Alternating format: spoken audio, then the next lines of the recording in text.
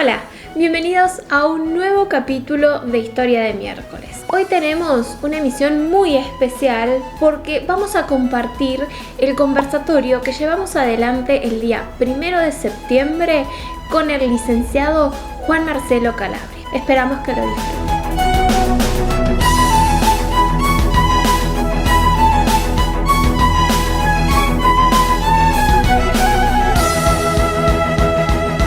Sin más preámbulos, vamos a darle la palabra a Juan Marcelo, dándole, por supuesto, nuevamente las gracias por su participación. Bueno, ¿me escuchan bien? Espero que nos acompañe la tecnología. Sí, bien. Bueno, muy buenas tardes. Agradezco a Rotary Club Azul y al programa Historia de Miércoles por la invitación. Realmente es un gusto para mí y siempre digo, empiezo las charlas aprovechando, viendo el vaso medio lleno de esta situación mundial y nacional que nos ha llevado a estar en este aislamiento preventivo. Nos ha permitido acelerar la utilización de herramientas que en realidad conocíamos, que utilizábamos, pero que ahora, claro, se volvieron parte de nuestra vida diaria. Pero estas herramientas nos permiten estar en un mismo día en varios lugares del país o en varios días. En estas semanas hemos tenido la oportunidad de estar en múltiples conferencias, conversatorios, y la verdad que uno se asombra de la cantidad de gente con la que puede interactuar, y eso me parece algo positivo. Segundo lugar, saludar desde Rotary Club Mendoza Nuevas Generaciones, el club al cual pertenezco, y enviarles un gran abrazo rotario a todos los amigos y amigas rotarias presentes en la sala. Siempre digo que también ya he participado en 2 o 3 reuniones, hace poco participaba en una reunión conjunta de varios clubes de Buenos Aires, y es una alegría encontrarnos con amigos de Rotary en todo el mundo, a quienes conozcamos personalmente o no, pero saber que compartimos los valores, el servicio y la amistad. Y muy especialmente agradecer al programa Historia de Miércoles, que va a estar reproduciendo esta charla, en donde vamos a tratar de abordar sintéticamente, porque la vida de San Martín y de Belgrano, los dos líderes que hoy nos convocan, son 2 vidas enormes de aventura, 2 vidas realmente maravillosas, apasionantes, y que por supuesto están ligadas al nacimiento de nuestro país y de las repúblicas de la región. Así que trataremos de abordarlo de la manera más rica y productiva posible. Así que muchas gracias y comenzamos, si te parece. Cómo no, con esta introducción va a ser bastante más sencillo poder comenzar. Nosotros, a través de diversas lecturas que hemos hecho, y bueno, también en nuestro canal hay varios videos sobre San Martín y sobre Belgrano, hemos ido llegando al punto en el que estas 2 personas, estos 2 próceres, terminan teniendo una relación de amistad. Aunque sabemos que cuando se encuentran en el Ejército del Norte es poco el tiempo histórico que comparten, esto se perpetúa a través de diversas cartas, y eso es un poco lo que nos gustaría empezar a abordar. Bueno, Angie, tal cual como vos decís, yo siempre digo que fueron 2 personas que estaban de algún modo destinadas a encontrarse. Recordemos que los 2 se forman y les toca actuar en el mundo de las grandes revoluciones. Básicamente los 2 son contemporáneos de la Revolución Francesa. El domingo precisamente, realizábamos también por conferencia virtual la presentación del libro Belgrano, el inventor de la nación argentina, preparado por una amiga francesa, la doctora Denise Anquevalier, y hablábamos de ese mundo que les toca vivir a Belgrano y San Martín, y presenciar la Revolución Francesa y vivir la Revolución Francesa, que cambia totalmente la Europa, pero que cambia el mundo entero, y que está enmarcada en lo que se llama, o los historiadores llaman, el siglo de las grandes revoluciones, porque está la Revolución Inglesa muy tempranamente, a finales de los años 1600, lo que los ingleses históricamente llaman la Revolución sin sangre. Después vino lo que fue toda la guerra de independencia norteamericana, que fue también un avance en ese siglo de las luces, de la razón, Después vendrá la Revolución Francesa. La Revolución Francesa dará origen a un documento central que cambia mucho el estatus jurídico de lo que se conocía como pueblo, que es la Carta de los Derechos del Hombre.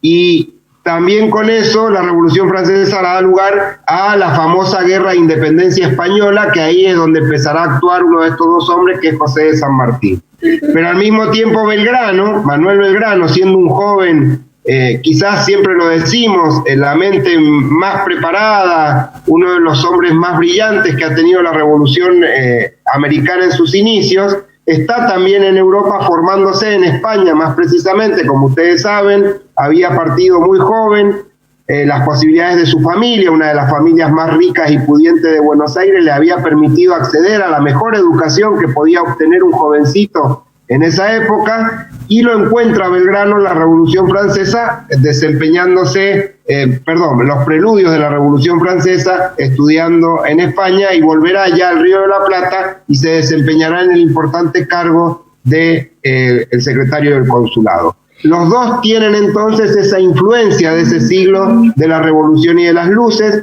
Si bien San Martín no va a tener la preparación y formación académica sólida que tiene Belgrano, Belgrano tiene una gran formación en ciencias humanas. Recordemos que es la época también de la explosión de las ciencias humanas y las ciencias exactas y las ciencias naturales, pero San Martín es un autodidacta, es un hombre muy volcado al conocimiento, y de hecho va a terminar siendo uno de los próceres de cuya biblioteca va a ser realmente impresionante. Después, si tenemos tiempo, hablaremos un poco. Entonces, lo que quiero decir es que hay que contextualizar a los dos en esta época en la que les toca formarse y después desempeñarse. Sí. Y como sabemos, Belgrano va a ser, cronológicamente, es 8 años más grande que San Martín, va a ser el primero que va a aparecer en la escena de la Revolución, va a ser el conductor en realidad de la Revolución de Mayo, junto con Castel y Mariano Moreno, va a ser la mente que va a idear la Revolución, prácticamente todo el proceso revolucionario de Mayo. Y 2 años después, cuando Belgrano ya se está desempeñando, después de haber desempeñado varios lugares en esa faceta, en esas múltiples facetas que Belgrano tuvo de abogado, por supuesto, por su formación, pero economista, además periodista, además general de los primeros ejércitos patrios, lo va a encontrar peleando en el norte cuando llegue providencialmente al Río de la Plata José de San Martín, como él lo dice, después de que una reunión de americanos en Cádiz, sabedores de los acontecimientos ocurridos en América, nos dispusimos prestar los servicios cada uno a su patria en la lucha que creíamos iba a empeñarse. Y San Martín llega justamente al Plata en 9 de marzo de 1812, cuando Belgrano está ya en plena guerra en lo que son las campañas del norte. Y bueno, ahí van a comenzar a unirse sus destinos, justamente como vos decías, Angie, a partir de la correspondencia que comienza entre ellos, mucho antes de conocerse personalmente.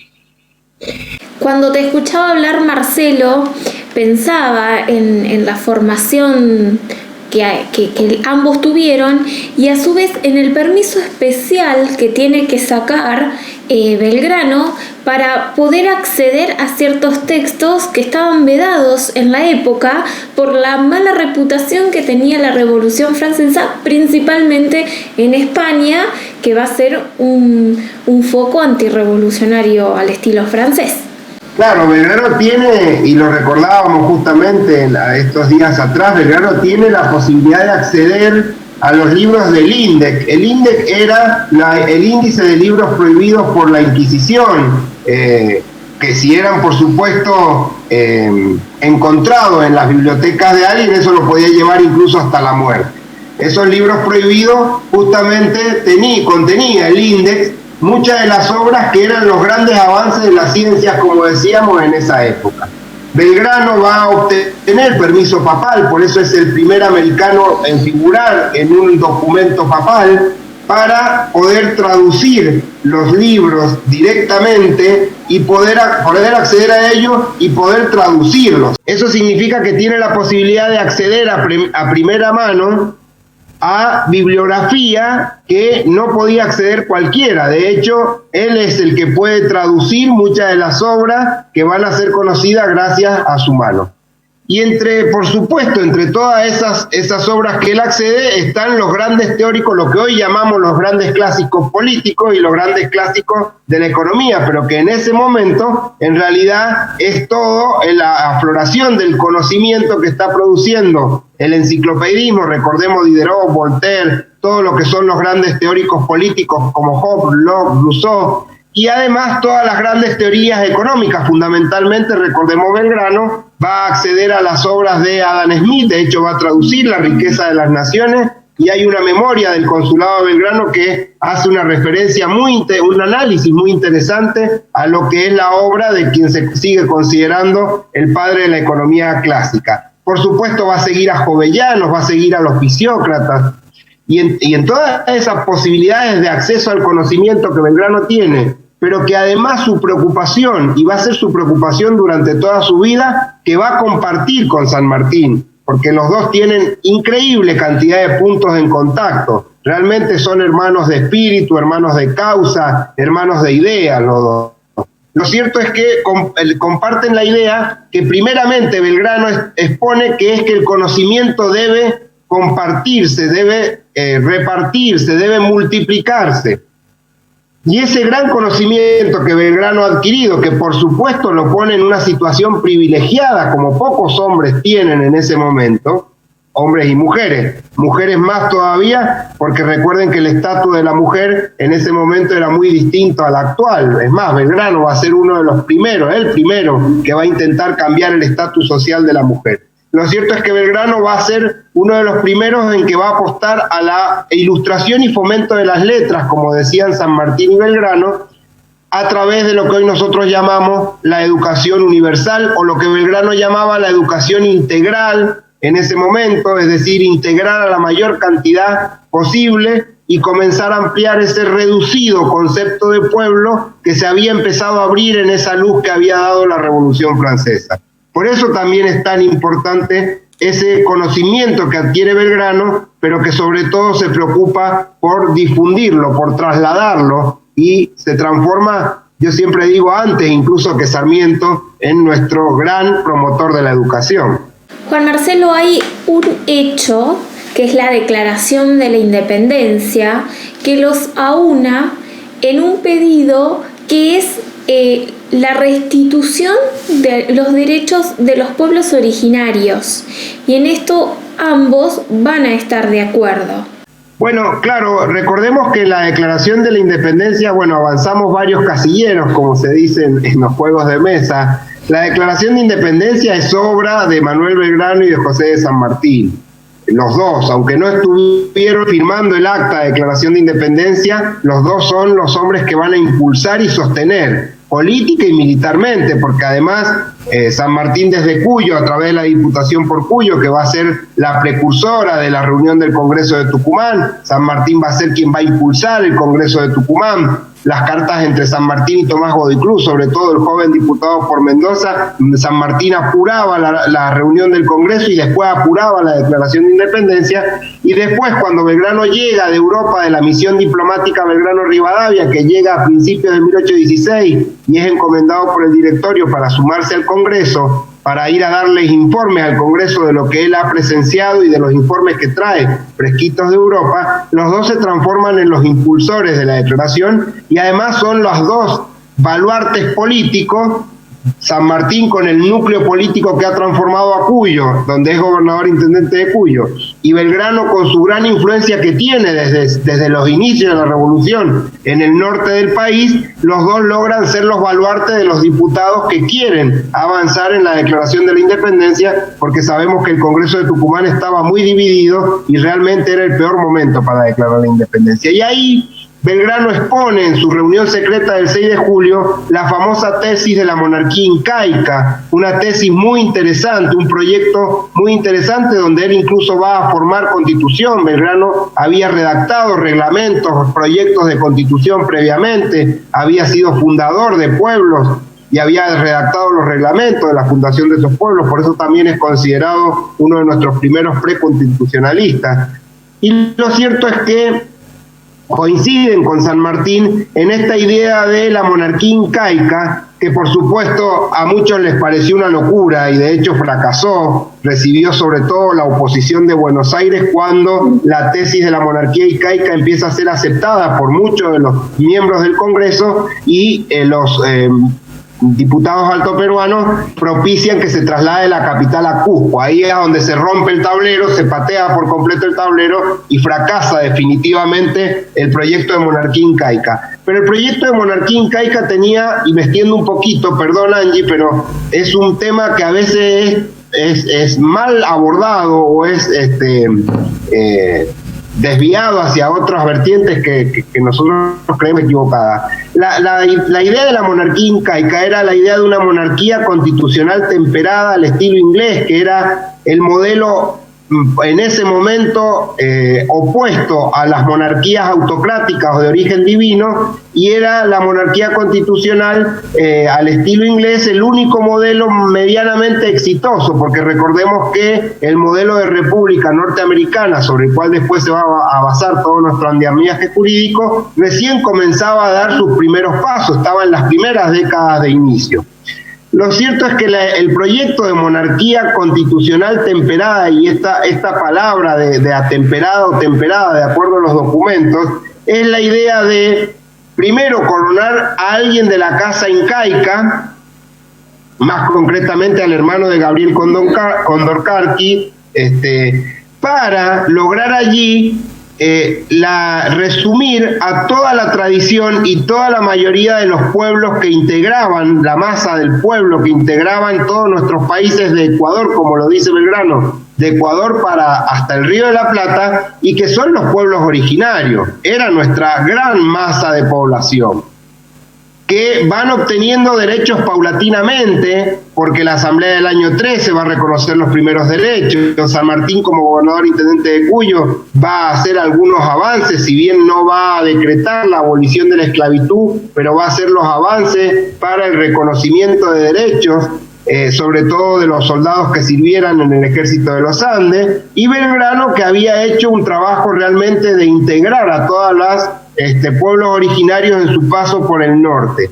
Y los dos con una idea muy clara y propiciando ese nivel de ese cambio de estatus, y que después sí San Martín lo va muy claramente a decretar en el Perú, cuando decrete que todos los indígenas son ciudadanos peruanos y que se los debe mencionar en los documentos, tratar, y se les debe dar todos los deberes y derechos de un ciudadano peruano. Ese va a ser como el sumum en la carrera pública de San Martín en ese tema. Pero Belgrano ha sido también muy respetuoso de la integración de los pueblos indígenas. Y claro, porque ellos tienen, aparte de esta formación en el siglo de la Ilustración, que decíamos, tienen muy clara la visión de que no pueden dejar afuera a quienes son y de hecho así lo expresa Belgrano, a las masas mayoritarias de quienes son los habitantes de estos territorios.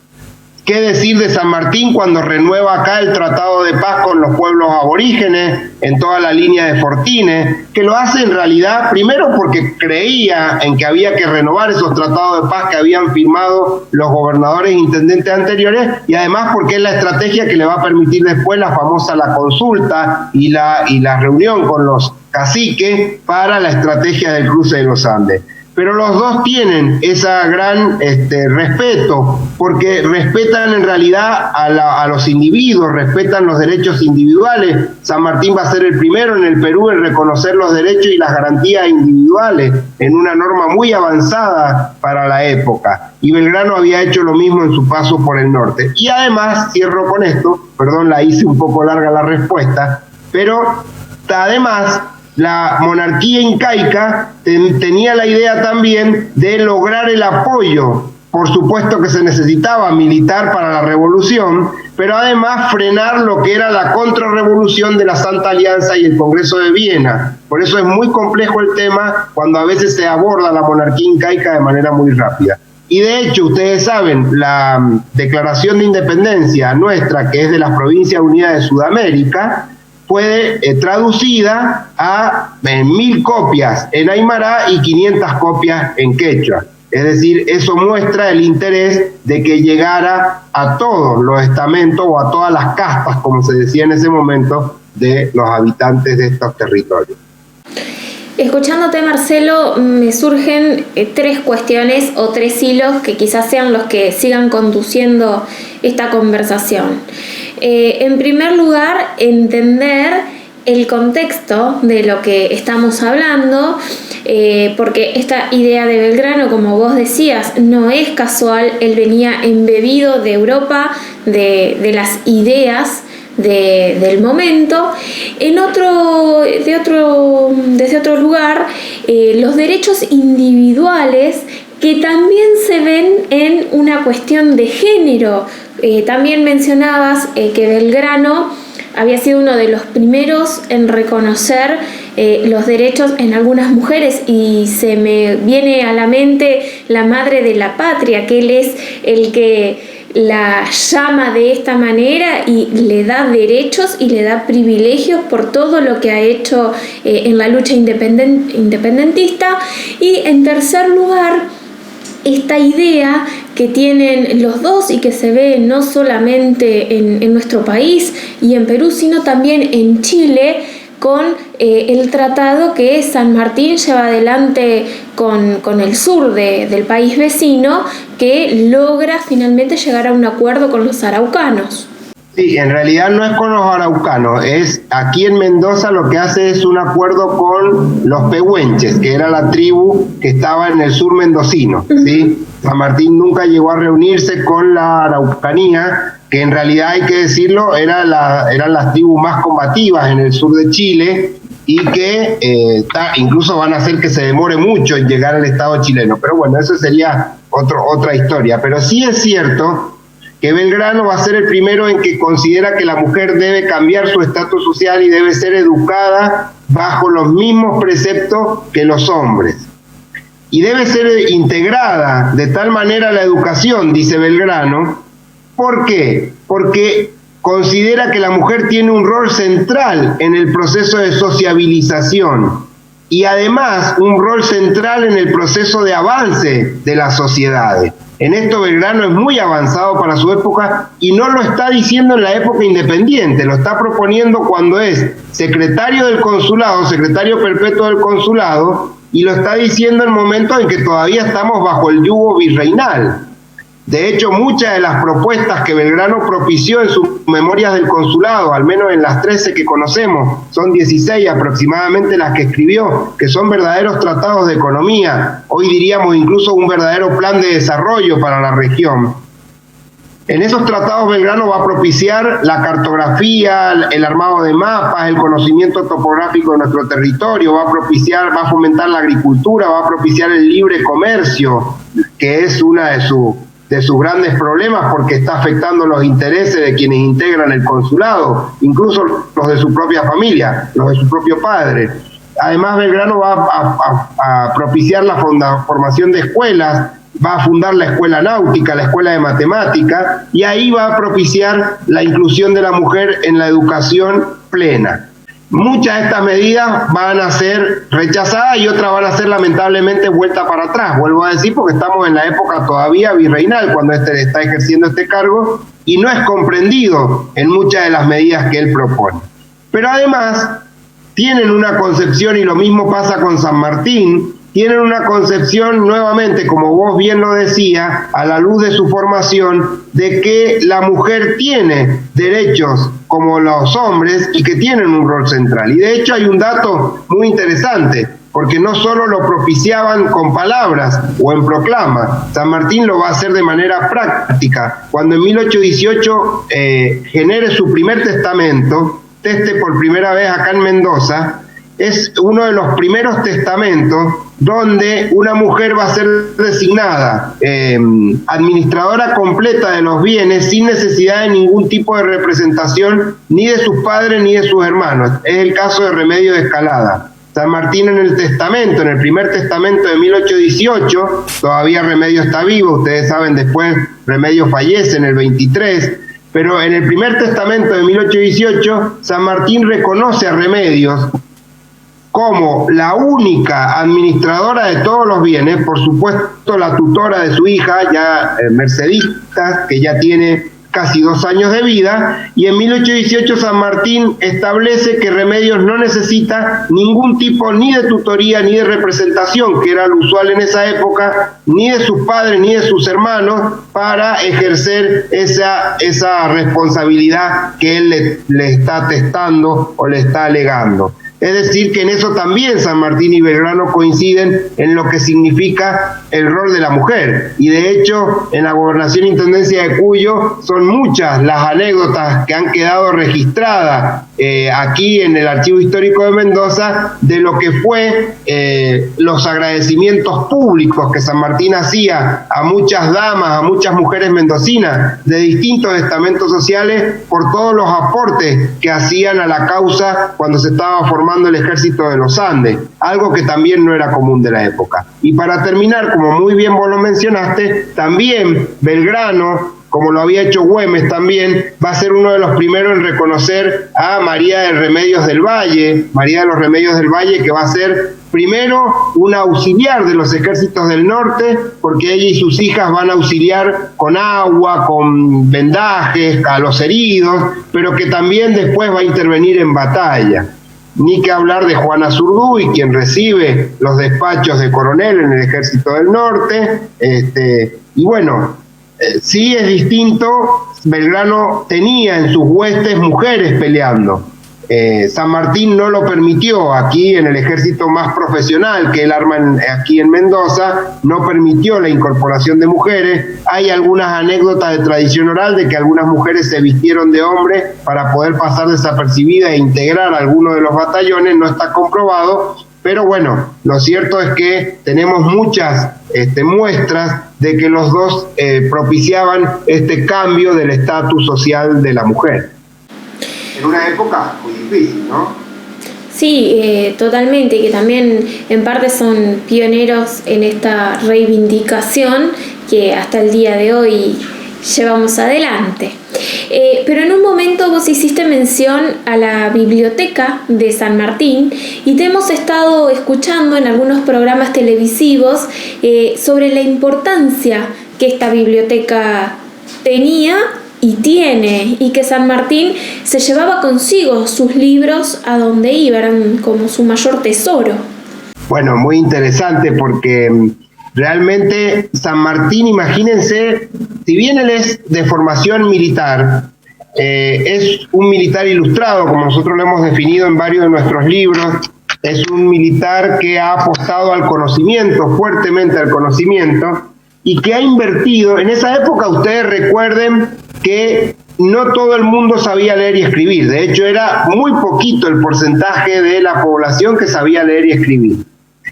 Y dentro de ese porcentaje, quienes podían adquirir libros era todavía más reducido, porque los libros eran un bien de lujo, salvo los panfletos o los papeles públicos, como se le llamaban a la época los diarios, y salvo algunos volantes o volantines, llamaríamos hoy en día, que difundían algunos artículos científicos o de avance del conocimiento en alguna ciencia, en general acceder a tratados completos, como los que San Martín tiene inventariada en su biblioteca, era muy oneroso.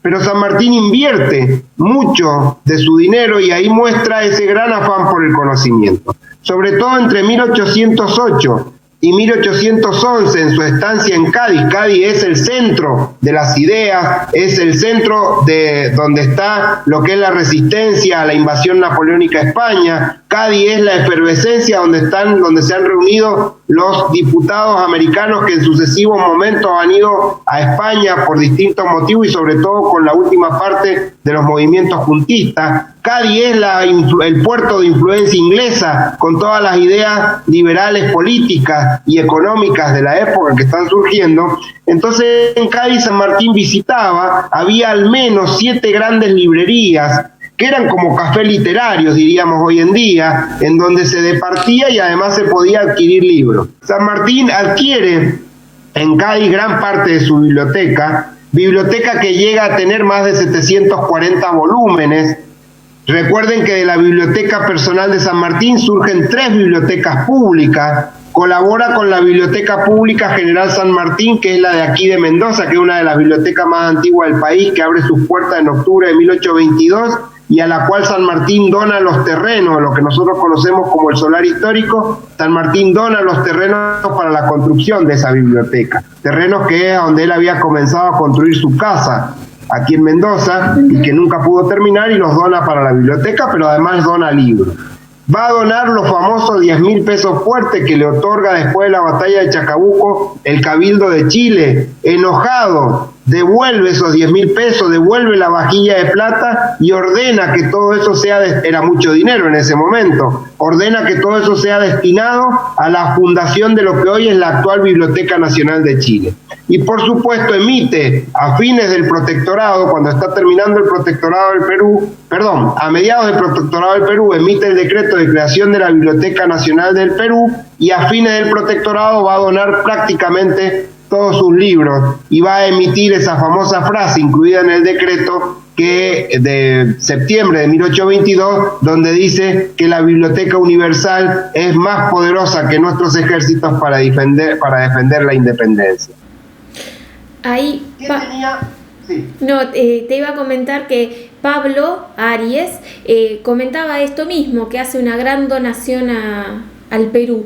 Sí, claro, la Biblioteca del Perú, bueno, después ustedes saben, se incendió, lamentablemente, se perdió gran parte de toda la riqueza con libros que databan de 1500, de los años 1500, pero por suerte se pudieron recuperar muchos de los tesoros sanmartinianos que están de hecho en la sala de tesoros de la Biblioteca del Perú, y bueno, allí fue a parar gran parte de la biblioteca personal de San Martín, o casi toda.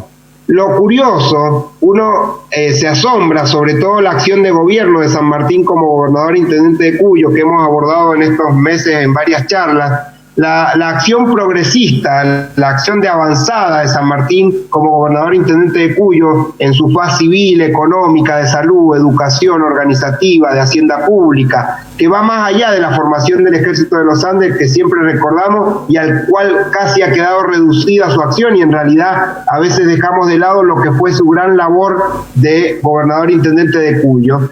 Uno se da cuenta cuando lee los bandos y proclamas o cuando ve las acciones de gobierno propiciadas por San Martín, se da cuenta de dónde surgieron cuando investiga el inventario de su biblioteca, el cual ha podido llegar muy ordenado a nuestros días gracias a una maravillosa obra que hizo el doctor Pedro Luis Barcia, que se llaman los caminos de la lectura, las bibliotecas del Libertador, en donde él pudo, a partir del inventario que San Martín dejó un inventario de todos sus libros, pero era un inventario desordenado.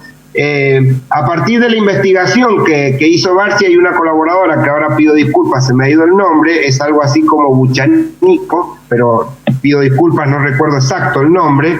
Lo cierto es que uno encuentra en la Biblioteca de San Martín, por ejemplo, un tratado de agricultura, y entonces se da cuenta por qué en Mendoza propició la extensión de la superficie irrigada y propició la agricultura, siguiendo también los consejos de Manuel Belgrano.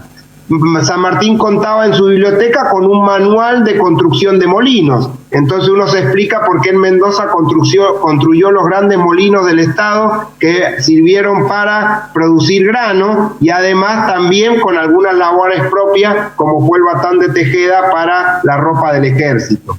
San Martín contaba, por supuesto, con manuales de artillería, de caballería, de las tácticas de guerra francesa, contaba con 4 volúmenes de la historia francesa en portugués, pero también San Martín contaba con un manual de artes y oficios. Entonces la explicación de por qué sus últimos días en Francia los pasó entre su jardín, su taller de armas y su taller de carpintería, y por qué era tan aficionado a los oficios. Es decir, la Biblioteca de San Martín explica mucho de lo que va a ser después el San Martín, no solo en su vida pública como gobernante y todas las medidas de avanzada que propició. Por ejemplo, San Martín tiene en su biblioteca un tratado sobre el sistema carcelario. Entonces uno ahí se da cuenta por qué ese decreto avanzado de la institución de un nuevo sistema carcelario que estableció en el Perú. San Martín elabora un reglamento carcelario en el Perú que es modelo para su época y muy avanzado para la época. Y entonces uno encuentra en su biblioteca este tratado sobre los sistemas carcelarios. Es decir, que la biblioteca de San Martín nos muestra un indicio de lo que fue después el San Martín público y también el San Martín privado, por supuesto. Juan Marcelo, ¿cuál crees que son las grandes dificultades o cuál es la gran dificultad que ambos próceres tienen que sobrellevar en este periodo de guerra, de independencia? Hoy nosotros hablamos de San Martín y de Belgrano como dos grandes próceres y puede quedar un poco en el imaginario popular que han tenido el camino allanado, pero esto bajo ningún punto de vista ha sido así, sino todo lo contrario. Bueno, es una pregunta compleja de responder, muy buena pregunta. Yo creo que nosotros primero nos sirve su legado, que es lo que a nosotros nos interesa siempre, rescatar el legado de San Martín y Belgrano como dos modelos de líderes. Nos sirve sobre todo en esta época porque es un legado de esfuerzo, de entrega, de luchar contra las adversidades, de sobreponerse a los ataques externos, pero sobre todo a los ataques internos, porque los principales enemigos de Belgrano y San Martín no estuvieron afuera, como ellos mismos lo dicen en sendas cartas, estuvieron adentro. Esa revolución de tibios, como decía San Martín desde Cuyo. O, como decía Belgrano desde el norte, muchos se divierten los que están lejos de las balas, que eran quienes los juzgaban y quienes incluso van a tratar de llevarlo ante una corte marcial.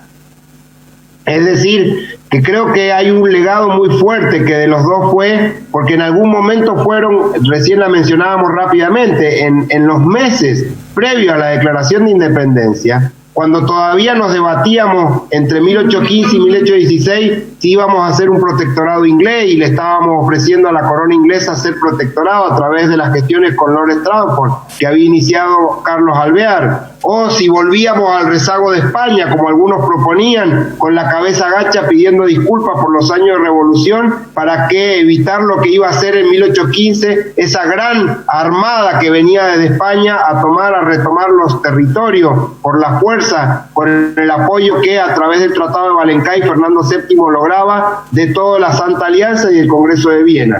En esa situación, casi los únicos que seguían pregonando la idea de libertad e independencia y llevándola adelante son San Martín y Belgrano. Y en ese contexto los dos se dan cuenta que están solos, de hecho lo dicen, Belgrano dice en el norte cuando le escribe a San Martín: soy solo, no he tenido compañero que me ayude, que me auxilie, que me aconseje. San Martín en Cuyo, que tenía muchos colaboradores, muchos amigos, San Martín establece una gran red de alianza en todas las provincias unidas del Río de la Plata, y sin embargo en algún momento San Martín maldice su estrella en Cuyo y también va a propiciar varias veces su renuncia, porque él cree que saliendo de la escena se va a allanar el camino para que continúe todos los ayuda y esfuerzos que él pedía para la guerra de la independencia. Los dos lucharon mucho contra esas adversidades internas. Los dos también propiciaron un modelo de país que creo todavía se lo debemos, que no hemos logrado consolidar. Quizás las primeras presidencias fundacionales de nuestro país tomaron parte del legado económico y educacional de Belgrano. También se tomó en la generación del 80 las ideas sanmartinianas y belgranianas en algunos aspectos, pero hemos quedado en deuda, porque estos dos hombres dieron todo. Bueno, Belgrano dio su vida directamente. San Martín tuvo la suerte, o fue más precavido, cambió en algún momento esa visión y decidió retirarse a tiempo cuando se dio cuenta en la entrevista de Guayaquil que el hombre fuerte era Bolívar y que uno de los dos se tenía que hacer al costado, y San Martín decide retirarse de la vida pública y eso le permitió dedicarse a su familia, era lo único que le quedaba a su hija después. Entonces, realmente los dos nos dejan un legado de entrega y de trabajar por un bien superior o por el bien común, como ya muy tempranamente Belgrano auspiciaba o decía que era en ese entonces el bien general, que era la libertad e independencia de América. Creo que es un legado muy importante, es lo que a nosotros al menos nos interesa difundir, sobre todo a las nuevas generaciones, de un legado de padres fundadores, como refieren otras naciones. Yo siempre lo digo, lo hemos escrito en uno de nuestros libros, muchas naciones en momentos de crisis vuelven a ese legado de los padres fundadores, vuelven a esas luces del pasado que siguen alumbrando el presente. Creo que nosotros tenemos en San Martín y en Belgrano 2 modelos de líderes autóctonos. No hace falta que vayamos a buscar modelos de liderazgo afuera, como muchas veces hemos hecho, sino que los tenemos aquí, y es un legado de entrega y de patriotismo, y sobre todo de civismo, y de ideas muy avanzadas que todavía algunas siguen pendientes de ser instauradas en nuestras jóvenes repúblicas, como decía San Martín. Juan Marcelo, si te parece, empezamos a abrir la voz para que todos aquellos que quieran preguntarte o preguntarnos algo tengan la oportunidad. Estoy leyendo en el chat que tenemos una pregunta: ¿cuál era el enemigo número 1 de San Martín? Me río un poco, perdón, porque ha sido una pregunta reiterativa en estos tiempos. En distintas charlas en las que he estado he tenido reiteradamente esa pregunta. Y yo, que soy un gringo apasionado, a veces me ensaño, así que vos ahí, Angie, ayudame a frenar un poco. Pero San Martín tuvo muchos enemigos, como decía, no solo externos sino internos, pero tiene 2 grandes enemigos declarados. Uno, paradójicamente, quien fue el que lo introdujo en la sociedad porteña, su padrino de casamiento, su gran amigo, uno de sus oficiales en el regimiento de granaderos a caballo, que es Carlos de Alvear. Después, las disensiones políticas entre los dos los llevan a estar enfrentados. Y en un enfrentamiento que se acrecentó mucho más cuando el directorio de Alvear cae en 1815, y uno de los centros políticos que provoca la caída del directorio de Alvear a través de una jugada muy hábil es la que San Martín realiza cuando llega su relevo, el nuevo gobernador intendente designado por Alvear, Pedriel, y cuando llega a Mendoza, San Martín desde Cuyo organiza toda una movida política ajedrecista. Los dos, Belgrano y San Martín, eran muy buenos jugadores de ajedrez. San Martín hace un movimiento de ajedrez increíble que desestabiliza por completo al directorio de Alvear y hace que caiga. A partir de ahí, por supuesto, ya la enemistad que venía siendo marcada desde la asamblea del año 13, donde ustedes saben se divide entre alvearistas y sanmartinianos la asamblea del año 13, pero triunfa la facción alvearista. Lo cierto es que en el 1815 ya la relación se vuelve irreconciliable. Y el otro jurado enemigo de San Martín, a quien yo creo que realmente nos hemos equivocado con elevarlo a la estatura de patriota, es Bernardino Rivadavia, uno de los personajes de nuestra historia que no merecen, a mi juicio, ningún tipo de ensalzamiento, ni siquiera por sus mentadas ideas progresistas, que no fueron tan tales, que fueron más copiadas, pero bueno, sería otro debate. Lo cierto es que Rivadavia y Alvear son los grandes enemigos jurados de San Martín. Nunca Rivadavia va a confiar en San Martín, desde el mismo momento que San Martín llega y se presenta al triunvirato, y Rivadavia es el secretario, el hombre fuerte del primer triunvirato, y Rivadavia desconfía, lo cual sería algo razonable que desconfiaran de un oficial de alta graduación española que viene a ofrecerse a luchar contra los ejércitos que hasta hace unos meses servía. Pero lo cierto es que después, cuando San Martín demuestra sobradamente que está dispuesto incluso a dar la vida, y esa es la jugada de San Lorenzo, básicamente, dar la vida por la causa, pero aún así esa élite de los rivadavianos nunca se lo van a perdonar, nunca le van a perdonar incluso que no deje la campaña del Perú para defender a Buenos Aires de los federalistas o de los caudillos del litoral, como se llamaba. Y sin duda Rivadavia va a ser el gran enemigo, porque después, con Alvear, hay un dato, y cierro con esto, que muy poca gente sabe, que cuando Alvear es exiliado en Río de Janeiro y son confiscados sus bienes, Alvear era un hombre de riquezas, de una familia muy rica, cuando los Alvear y Balbastro son exiliados, Alvear le escribe a San Martín, y San Martín, ya protector del Perú, ordena que se le liberen 500 pesos de los sueldos adeudados de Buenos Aires para que sea socorrido Alvear y su familia en el exilio. Esas cosas que tenía San Martín, que lo muestra como un ser magnánimo, como también tuvo muchas de estas actitudes con sus propios enemigos, terminada la guerra o terminada la batalla, con quienes habían sido sus compañeros de arma en el ejército español, y no tenía ningún tipo de rencor, y auxiliaba incluso a quienes eran algunos de los oficiales en desgracia, o como cuando le perdona la vida en la revuelta de San Luis al oficial Ordóñez. Eso muestra un poco esta altura de espíritu que tenían estos hombres, Belgrano y San Martín. pero sin duda Rivadavia fue el gran enemigo jurado de San Martín. Yo coincido con vos en esto de Rivadavia y en ponerlo también, ¿no?, en un altar de prócer, cuando, bueno, su gobierno desde lo histórico es bastante cuestionable, ¿no?, por diferentes decisiones que se tomó, así que me parece que es más que interesante que lo traigas a la discusión en esta charla. Abrimos para que si alguien más quiere preguntarle algo a Juan Marcelo. Walter de Punta Alta.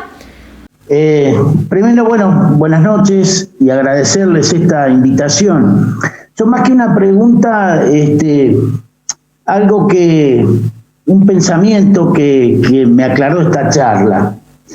Escuché muchos historiadores donde se hablaba que la convivencia entre San Martín y Belgrano, la convivencia no era muy buena la relación.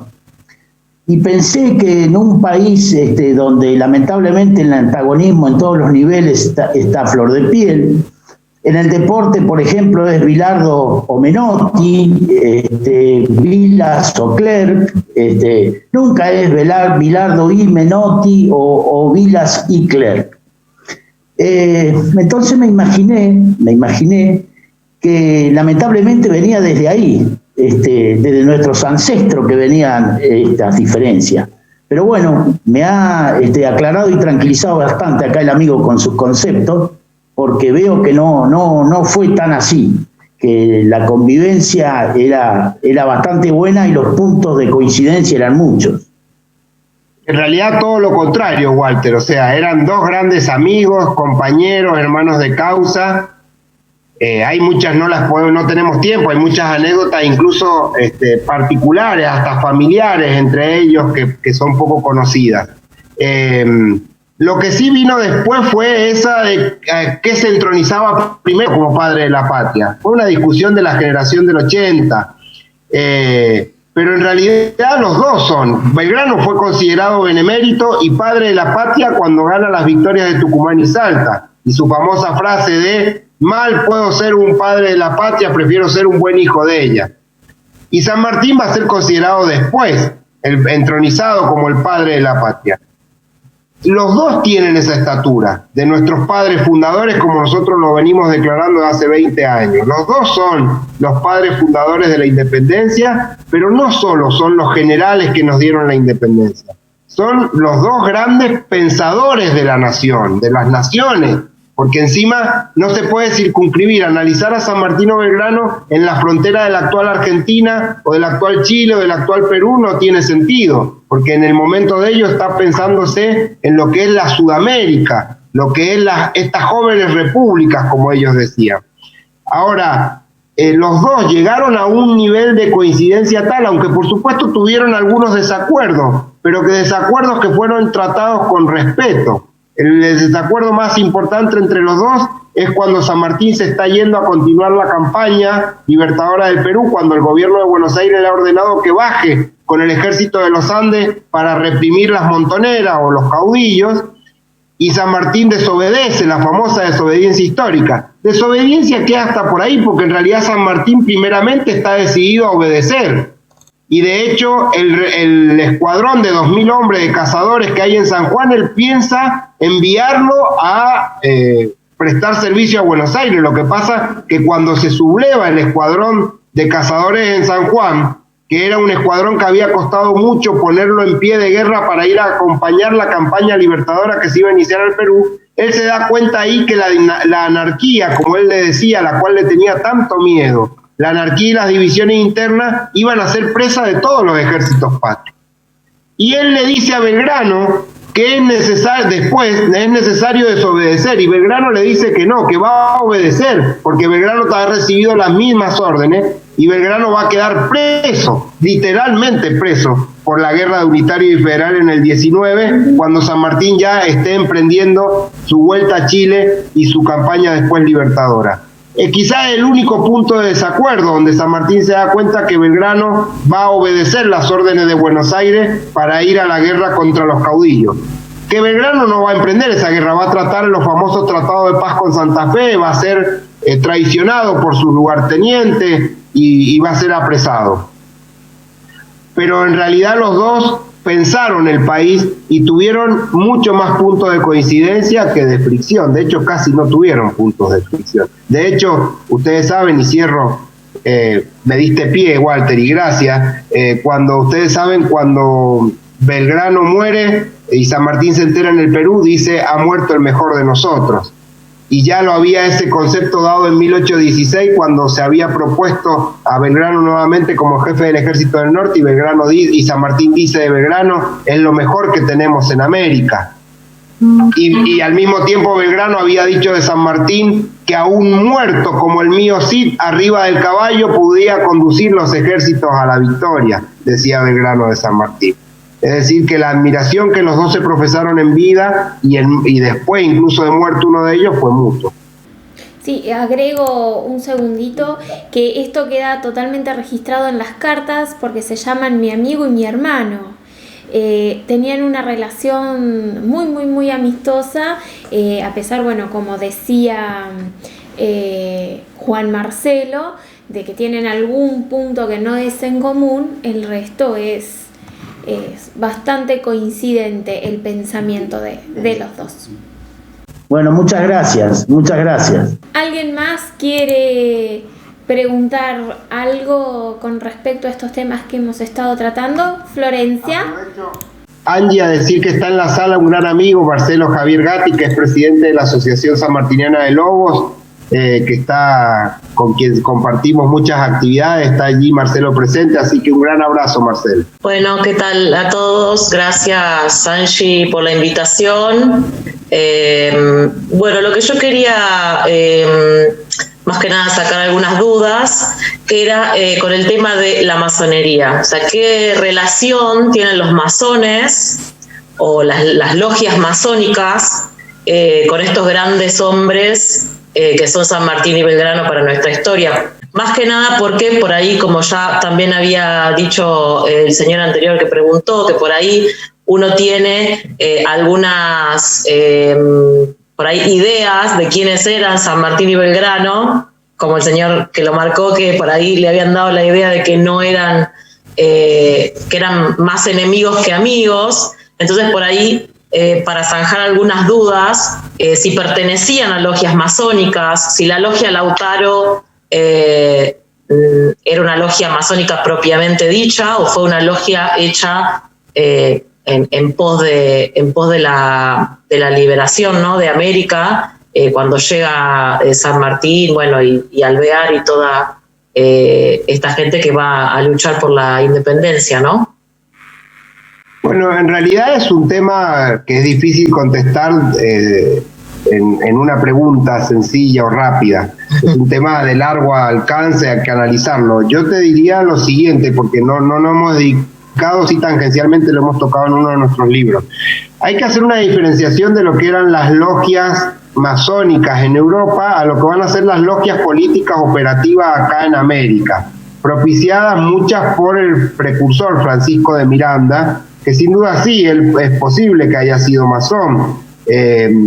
Lo cierto es que las logias masónicas, o mejor dicho, las logias operativas que utilizaban algunas formas masónicas porque les permitía mantener el secreto. Recuerden que la famosa jabonería de Vieite o la casa de los hermanos Rodríguez Peña, donde se reunían los revolucionarios, lo tenían que hacer a escondida, de noche, y a veces sin mayor iluminación, porque si los descubrían, los colgaban, les cortaban el pescuezo, ¿no?, porque eran traidores al rey.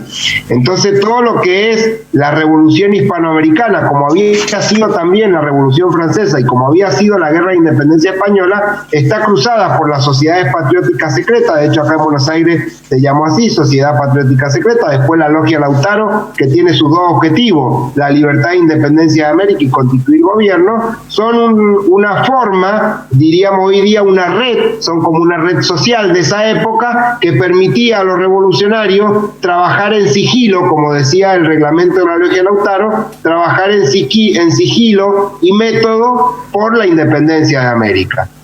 Después, su conexión con las logias masónicas europeas en algunos casos existe, como la Logia de Caballeros Nacionales número 7 de Cádiz, pero es un tema muy complejo, hay gente que lo ha abordado, hay académicos sanmartinianos que lo han abordado más en detalle, no es un tema que yo me especialice. Lo que sí te puedo decir es que hay que diferenciar lo que fue la Lautaro o las logias operativas políticas que se armaron en América, que funcionaron como eso, ¿no? Como clubes o como sociedades secretas políticas para poder llevar adelante la idea de la revolución, que por supuesto hasta que se declara la independencia, 1816, hasta ese momento jurídicamente eran vasallos y eran traidores, ¿no? Eran insurgentes los revolucionarios. Bueno, perfecto. Gracias, Flor. Estamos Marcelo Javier Gatti. Sí, buenas tardes. ¿Me escuchan? Te escuchamos muy bien. Marcelo. Bien, buenas noches. Buenas noches, Juan Marcelo. Buenas noches, la gente de Historia de Miércoles. Muchas gracias por la invitación. Me cursó la invitación Marta Cataldi. Recuerdo algo de la charla, Marcelo, donde vos das a conocer de que, bueno, que San Martín nuevamente firma o renueva los tratados de paz con las comunidades indígenas, ¿sí? Les concede nuevos derechos.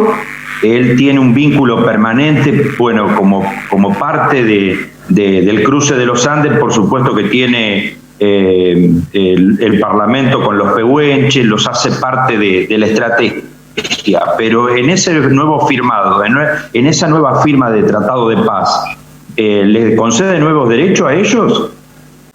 En realidad lo que él hace es, al principio de su gobernación, espero no equivocarme de fecha, creo que es fines de 1814, principio de 1815, al poco tiempo de la gobernación intendencia de Cuyo, es hacer un viaje hacia los Fortines del Sur. Nosotros tenemos la línea del Fuerte de Malargüe, Fuerte de San Rafael y Fuerte de San Carlos, que era nuestra línea sur, digamos, en donde estaban los territorios de los pueblos aborígenes.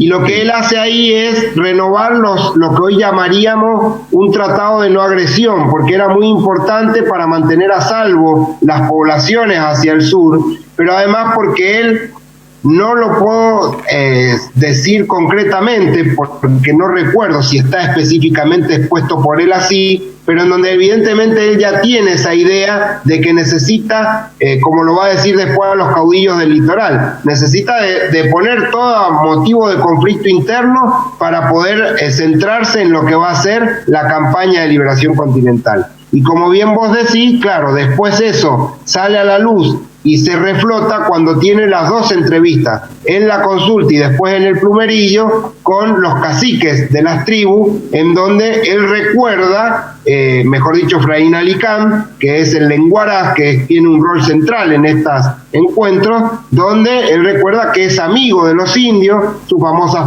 frase, yo también soy indio, y donde le recuerda que él como gobernador intendente de Cuyo los ha asistido, como también muchas veces le había pedido asistencia en ganado y en caballada a los indios. No es cierto, como por ahí se ha difundido erróneamente en las redes, que los indios aportaron miles y miles de caballada y miles de reses de ganado en pie. Hicieron su aporte, pero no fue tan significativo. Pero ya con la paz era suficiente para la campaña continental. Acá hay un especialista, el profesor Francisco Parada de Malargüe, un amigo, que él está siempre investigando y preocupado por la relación de San Martín y los pueblos aborígenes, y bueno, nosotros siempre abrevamos de algunos de sus aportes. Muchas gracias, muchas gracias. Gracias, Marcelo, un gusto verte. Gracias a vos, muchas gracias, igualmente. Bueno, ¿alguien más quisiera preguntarle algo al licenciado? Los he aburrido mucho, las he dejado y los he dejado callados. Los docentes hablamos mucho, ese es un defecto. No, pero me parece que ha sido una exposición muy clara, que hemos tocado varios puntos muy interesantes y que por ahí no son los puntos de los que se habla habitualmente, y me parece que ha sido muy, muy llevadero y muy agradable, muy amena esta conversación. Les recordamos que a partir del domingo va a estar disponible en nuestro canal de YouTube por si quieren volver a verla o si creen que esto puede llegar a ser importante para alguien. Bueno, va a quedar a disposición en Historia de Miércoles. Les agradecemos a Lidia, Graciela y a Tatiana, que felicitan por la charla que les ha resultado muy interesante. Bueno, yo, Angie, te agradezco mucho, vuelvo a agradecer a Rotary Club Azul y a Historia de Miércoles por la oportunidad, agradecer a todos ustedes por la presencia, hoy un día ya casi las 20 horas, agradecer a los amigos sanmartinianos presentes, Marcelo, Marta Cataldi, quienes siempre vamos haciendo aportes a través de las redes, y sobre todo pedirles un favor que siempre trato en todas mis pequeñas intervenciones o charlas, y es que tratemos de a nuestros hijos, nietos, sobrinos, a las nuevas generaciones, transmitir este fundamental legado que nosotros siempre decimos de modelo de líderes. Es ahí a donde debemos apuntar. Por supuesto, valoro el interés que todos nosotros tenemos y que todos ustedes tienen por lo que uno puede, por lo que podemos aportar o difundir de la vida y obra, ideas sobre todo. Yo siempre trato de decir que me gusta decir que difundo ideas de estos padres fundadores, pero creo que debemos ser multiplicadores. Si algo les sirvió, si algo les quedó esta pequeña charla, si alguna pregunta les generó o si les generó alguna inquietud que los lleve a ustedes a leer, no importa, si son nuestros libros mejor y si no de otros no hay problema, pero que los lleve a difundir y a transmitir a las nuevas generaciones que ustedes tienen en sus casas, que nosotros tenemos en nuestra familia, la importancia de estas ideas, de estos padres fundadores. Yo creo que estamos cumpliendo con una gran labor educativa, que es lo que ellos pregonaron y quisieron, sin duda. Así que muchas gracias por esta oportunidad. Juan Marcelo, nos queda el último pedido, que es una de las características de Historia de Miércoles y que son unas pequeñas recomendaciones, así todos tenemos una recomendación justamente tuya. En primer lugar, que nos recomiendes una película o una serie para ver. Bueno, yo la verdad que no soy mucho de las series. Y soy muy monotemático, ¿no? Tengo dos grandes lecturas y aficiones, tanto en la lectura como en el cine, que bueno, por un lado mi profesión, que es la administración, y por el otro lado la vida y obra de San Martín y Belgrano. Yo siempre digo que la mayoría de ustedes la conocen, pero hace poco volví a ver Casi en soledad, porque en mi casa ya la han visto muchas veces y mis hijos se aburren ya, que es El Santo de la Espada, interpretada por Halcón y por Torre Nilsson, que más allá de las particularidades de esa película que tuvo cuando se filmó y demás, y aprovechando el tema de este conversatorio, si ustedes pueden volver a ver El Santo de la Espada, donde encima desfilan, yo me había olvidado, la cantidad de actrices y actores de primer nivel que desfilan en nuestro país, algunos ya por supuesto no viven, ¿no? Creo que es una buena película para relatar la vida de San Martín basada en El Santo de la Espada. Y series, no hace mucho que no veo series, la verdad que me enganché con algunas series norteamericanas a través de Netflix, pero no soy un buen recomendador de series. Y sí, como película, soy un gran consumidor de películas argentinas. Hace poquito volví a ver esa gran película que es La Odisea de los Giles, que es un peliculón argentino, que creo que si no la han visto, debe haber visto todo el mundo, pero si no la han visto o si la quieren volver a ver, porque la verdad que es increíble, nos llama, al menos a mí, es la segunda o tercera vez que la veo, me llama mucho a la reflexión, ¿no? Bueno, y la última recomendación que te vamos a pedir es la de un libro. Bueno, ¿de historia tiene que ser o de cualquiera? No si querés hacernos dos recomendaciones, bienvenidas son. Bueno, yo consumo muchos libros de historia, como les decía, de la época de la independencia, pero hay un libro que a mí me gusta mucho, pero bueno, no sé si está en todas las librerías del país, de una autora mendocina, Mercedes Fernández, Es una reconocida periodista y autora mendocina cuyos libros trascienden, por eso digo, quizás lo pueden conseguir, que se llama El Niño Roto. Es la historia de un sobreviviente de los campos nazis que terminó viviendo acá en Mendoza. Ella pudo entrevistarlo hace varias décadas atrás y escribió esta novela del Niño Roto, que realmente es magnífica. Mercedes ha sido autora de algunos guiones de algunas películas nacionales y obras de teatro, así que la van a encontrar fácil. El Niño Roto me gusta mucho. Y actualmente estoy releyendo, ahora sí en el nivel histórico propiamente, estoy releyendo la vida de San Martín a través de las obras completas de Sarmiento.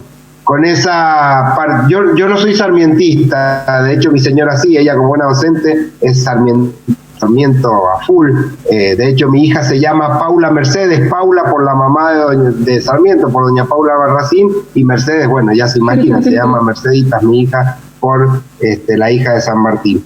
Pero Sarmiento tenía una agudeza realmente, como periodista sobre todo, y un don del relato, que ahora releyendo las obras que lo tenía por acá el libro, la vida de San Martín a través de las obras de Sarmiento, es muy interesante. Para quien no lo haya leído, es una forma de descubrir a un San Martín que en algunos momentos lo ensalza, como era Sarmiento, y en otros momentos lo critica mucho. Sin embargo, es muy interesante la vida de San Martín por Sarmiento.